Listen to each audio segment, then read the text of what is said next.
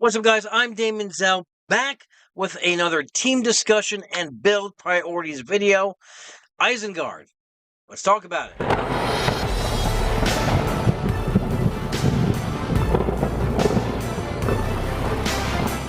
Alright, so we are here to talk about the Shadow team of Isenguard. But before that, I just want to state that these build priority videos couldn't be done without the infographics that are given to me through Super Troopers. That's STZ, those guild clusters right here. Now, they are always on the lookout for new recruits, for guilds. If you're looking for a guild, you don't have one, they do have a variety of guilds ranging from casual all the way up to hardcore. So now, since we're talking about the Isenguard team, let's first talk about them as a team itself. They are a very, very good Shadow team, although Morja and Ajak are a later farm down the road for those of you who are free to play. But before that, even these two combos, which are a fantastic plug and play, which is Uglok and Malher, and Dunher is the healer, they work fantastic themselves. When you get the whole team together and leveled up, they just coalesce into just a bleed and bane machine against your enemies. Now, for raids, they are fantastic. They are actually the kings of Chapter 2 raids. They do fantastic in Chapter 1 as well. However, in the later chapters, we're talking 3 and 4, they do start to fall down. The lack of a cleanse does hurt this team, and when you're doing Chapter 3, you only have the one provoke, so if you're running all 3 of these guys without a cleanse, you're actually not going to score super high. In Chapter 4, it's even double worse than that, because you have no cleanse, you can't afflict the Balrog with bleeds, so the main source of their damage is basically taken out of the equation here. So in those later raid chapters, you are actually going to want to supplement in another character from the plug-and play list. Now, if you're using these guys in, say, the campaign mode, or even some of the challenges, it's perfectly fine to supplement in other Shadow characters, such as Ironhide. Ironhide does very well with this group. Gruhar the Brute does phenomenal with these guys. Another plug-and-play option you could put in here would be Nuraz, because he does have that summon, giving you a basically a 6th member of your team. He cleanses, he does banes, but for raids, especially those last 2, you are probably going to want to put in a leveled Nuraz in here. Merry and Pippin as a team would work very well with these guys in Chapter 2, especially when you get Pippin up there. He starts just clearing of these banes all the time, especially on his turn, and with his heal, he'll be cleansing. So if you are going to bring these guys up and use them for the later chapters, you also are going to have to keep in mind, just like the Rohan 3, you are going to need additional pieces to make this team score very high. Now, with that being said, let's talk about their the build priorities, right? Now, when building this team, basically there is 3 characters that have equal importance, and that would be Ajak, Uglok, and of course, Malher.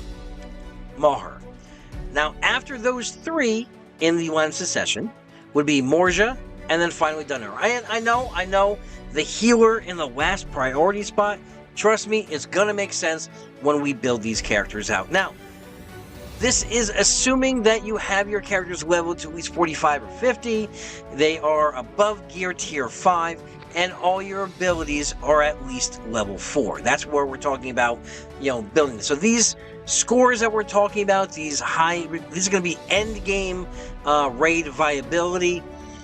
And when I mean end game, I know it's odd because the game's only been out about 6 months. End game meaning your final raid team. Now, as a raid team themselves, they are only rated at level 7, around 7. They're not the best Shadow team you can have for your raids. They will score 2.4 million if everything is leveled up across all 4 chapters. That's what you can earn with this team specifically. that's going to come in under the Haradrim and is coming in under Goblins.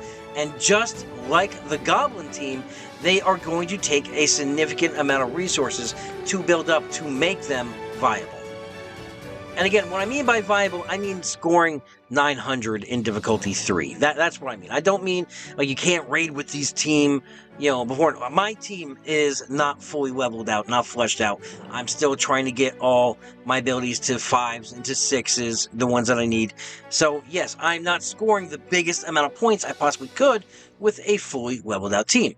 But that being said, let's look at our high priority list. We're going to start off with Uglok. He's the leader of the group.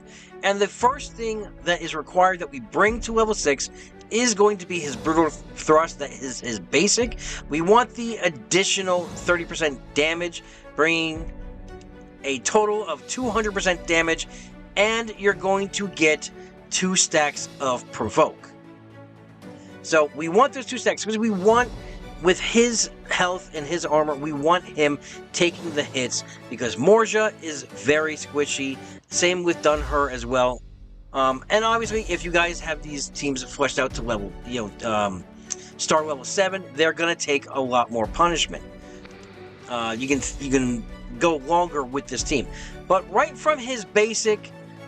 Bringing that up to a 6. The next thing we're going to do is bring his passive, Rough Medicine. We want to bring that up to a 6 as well, because it's going to give us that additional block chance when you hit 5, giving you 25% block chance, and it's going to afflict 2 rounds of weak-minded on your enemies.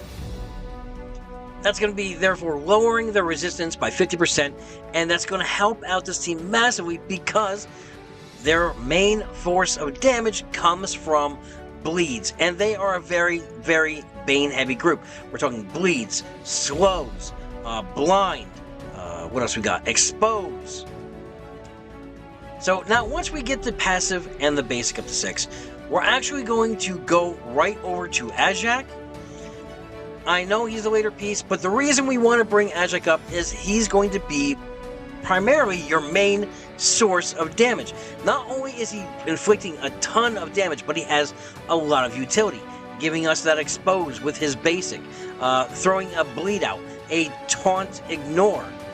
You basically got the whole package right here with this guy. But the first thing we're going to level up is his special 1. We want to take that up because we want 2 stacks of bleed for 2 turns, as well as bringing our total damage up to 300%. After we get this special 1 up to 6, again, this is a requirement. I will tell you guys if you don't really need to bring it up there, but yes, required to 6 for him to work. We're going to go right over to his special 2 and bring this up to 6 as well. And yes, it is creating a ton of damage. It's 420% damage with this one ability. But the beauty of this ability is not only that if you kill your target, you're going to give yourself might as well as Malheur might, but it's going to ignore taunt. So this comes in specifically handy, especially in Chapter 2, if you are unlucky and you draw a War Guard when you get your topple on the cave troll. You can just go ahead and ignore that taunt when they have it up there and just slap that cave troll silly. So from Ajak, we are now going to move over to the other third, which is Malheur. Now, Malheur is a fantastic plug-and-play character with Uglok. You want to keep those guys together because of their tag team abilities. One with Uglok as well as Malheur. Now, the first thing we're going to do on Malheur is we are going to bring his basic up to a level 6. We want that additional crit chance. We want that additional crit chance per Bane, as well as the added damage, giving us a 210% damage on our basic, as well as 10% additional crit chance per Bane on the enemy, as well as 15% just regular crit chance for this attack. And as you know, with the cave troll, the more you crit, the more you can manage those stacks of momentum that he is building up. So after we get his basic to 6, we're going to go over to his special 1, and that's going to be the Orc Drought. we're just going to we bring this up to 5. You can weave it at 5. You don't really need to take this up to 6 to get that extra turn of deadly. We really just want the haste because we want the turn meter. We want to go faster. We want to be able to hit more often than not. So yes, you are fine with just leaving this right there at 5. And after that, we're going to go over to Morja. Let's bring him up here. Oh, just skipped over. And with Morja, we are going to bring Morja's basic, that Wicked Spike. We want to bring this all the way up to 6.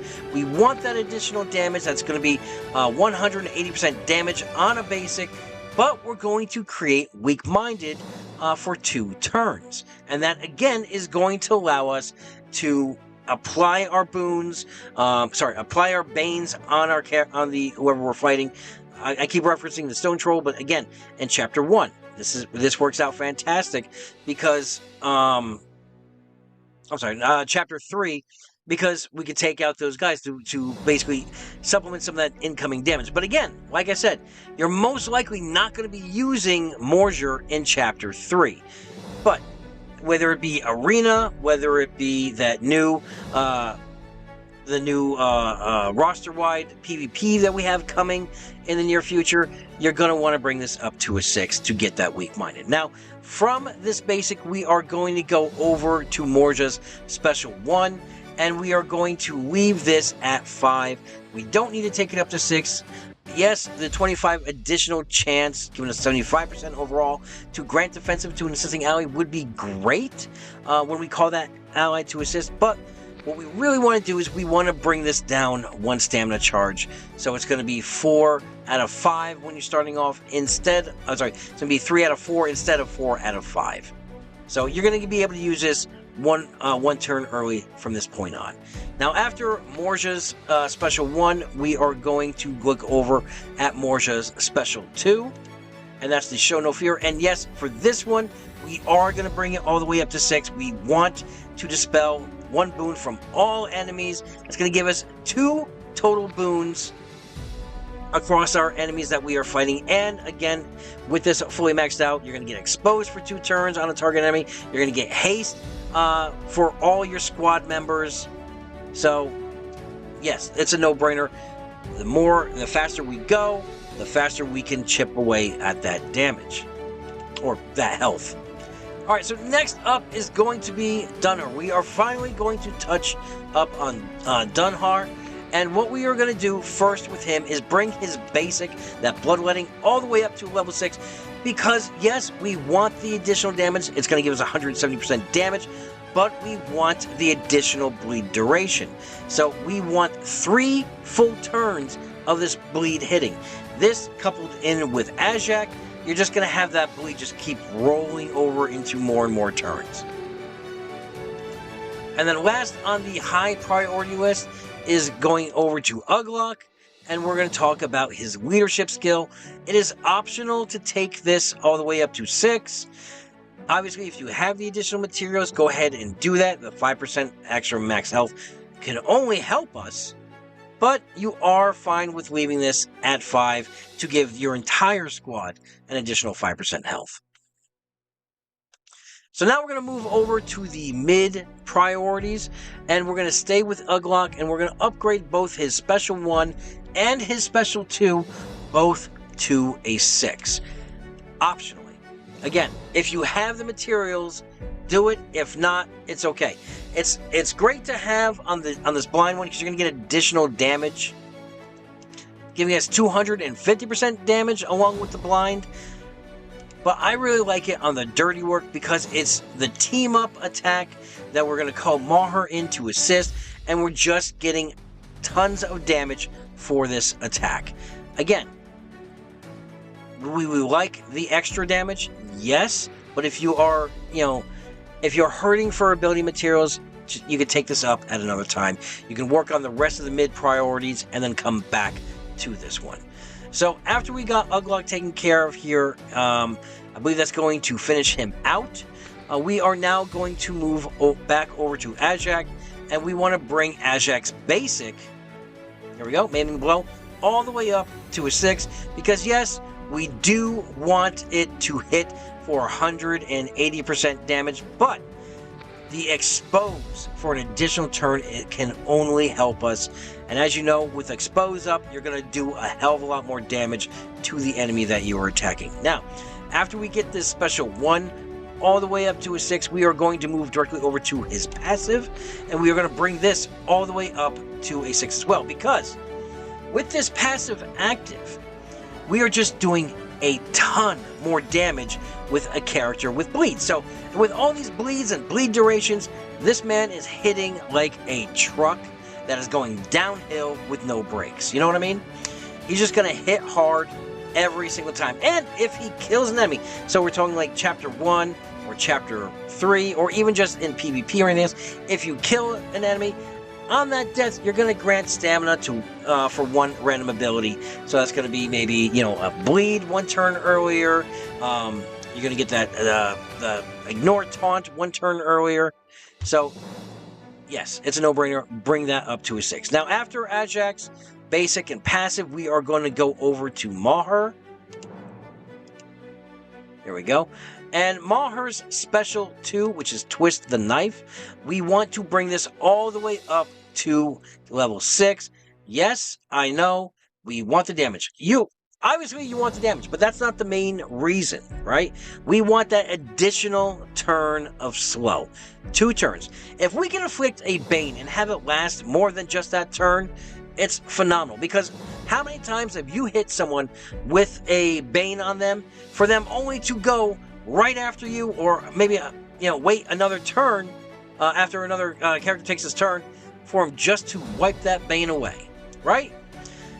Having the Banes last multiple turns ensures us being able to effectively take use of that.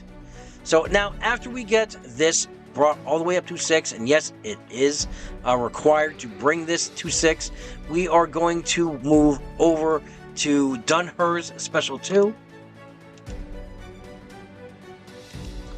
And that is the Cruel Medicine. And obviously, if you have the materials, bring this all the way up to 6 when you can. It is not required. It's fine to bring this up to a 5, because what we really want to do is we want to reduce this to a 3-turn heal instead of a 4-turn heal. But come on, who wouldn't want an additional 2% plus 400 healing, right? The more you can heal, the more damage you can take. I know that's not really science, but follow me. More is good. And again, I'm going to show the infographic at the end of the video, and I'll have a link up to the Super Troopers Discord where you can see that infographic in the bottom of the description of the video. But again, with these mid-tiers and with these optionals, you choose for yourself which one is going to work best for you in your situation. Maybe, you want the healing over Uglot's special 1, or maybe Uglot's special 2. It's your call. It is optional to take these all to 6. If you have all the materials, then go ahead and do it. But yeah. Now we're going to move over to the low priorities. And first, we're going to hit up with Maher. And on Maher, we are talking about his passive. And you are fine with leaving his passive at a 5. Because what we really want is that additional 10% crit damage done. The Bane cleanse and additional Banes, yeah, that's fine, especially when you're talking about later on in the chapters, chapter 3, chapter 4, because you're going to be using him and Uglot, maybe not so much the rest of the team. And yes, a self-cleanse is good. He'll be able to clear 2 Banes on himself, but I think you get more bang for your buck with just a crit. And using that, I think 235, right? 235 additional materials on another skill somewhere else. So after Morjar is finished here, we are going to go over, after Maher, we're going to go over to Morja right here, and we're talking about his passive now. And his passive, leave this at a 4. Don't even take it up to a 5. Could you use the, yeah, I know I don't have mine leveled. I know, my ability mats are spread out sporadically. As you can see, I'm in the crunch of trying to farm them and max out one of my teams, then move on to the others. And yes, this is actually in my group of teams. My Isenguard team is actually my team number 2. But yeah, what we really want, we want the additional armor. Would the max health and the additional armor be great? Yes, but this man can't take a hit anyway, right? He's going to get slaughtered no matter what. So just bring this up to a 4 and use those mats somewhere else. That's going to close him out. And we're going to finish this out by talking about Dunhar again. Dunhar. And we're going to talk about his special one, that Brutal Gash. You are good at leaving this at 5, but it's optional to take the 6. Again, whatever's going to do you better, do what is best for you. You know, don't use these guides, and that's just what they are. They're just guides. Don't use them as law, right? It's not going to make or break you bringing this to 6. Will it help you out? Yes, it would help you out if you had everything up to 6, but the way things are and the way we get these ability mats, you kind of have to pick and choose where to put your money. So yes, bring this up to a 5 for now, and then when you get the ability to bring it up to 6, go ahead and bring it to 6. But his passive right here, you're fine to bring this up to a 5. You can leave it at 4, but the focus would be fantastic, especially hitting the weaken off of his special 2, and of course landing the bleeds on his basic and the heal block on his special 1. So yeah, I would say you're fine to bring this up to 5. The 5% extra health, I don't think it's really worth it. Bring it up to a 5 and just leave it there. So let me bring over the infographic. There we go. And as you can see here, there are other plug-and-play characters, as we talked about. Ironhide, the Brute, and Nuraz, and, you know, Merry and Pippin work great. You can use Naramiri if you're not using her somewhere else, but you're limited to, when you have her leveled up, you're limited to cleansing one person every 2 turns. It's not really going to do us extremely well in Chapter 3 or Chapter 4. With Chapter 3, it would work out a little bit better than Chapter 4. Chapter 4 is just not really going to be worth it. So you're going to want someone that's going to be able to cleanse those Banes across your entire team, and that's why Pippin would be best. And as it was told to me today, Pippin is like a half of Lord Balin, right? So I hope you guys found this video enjoyable, informative. I hope it helps you decide how you're going to build your team, where to go. And again, if you guys like my content, go ahead and give me a subscribe. It would really help out the channel. I'm trying to build it up a little bit more. And yeah, until I talk to you again, have a great week. Have a great weekend. Adventure safe, and good luck to you and your fellowship.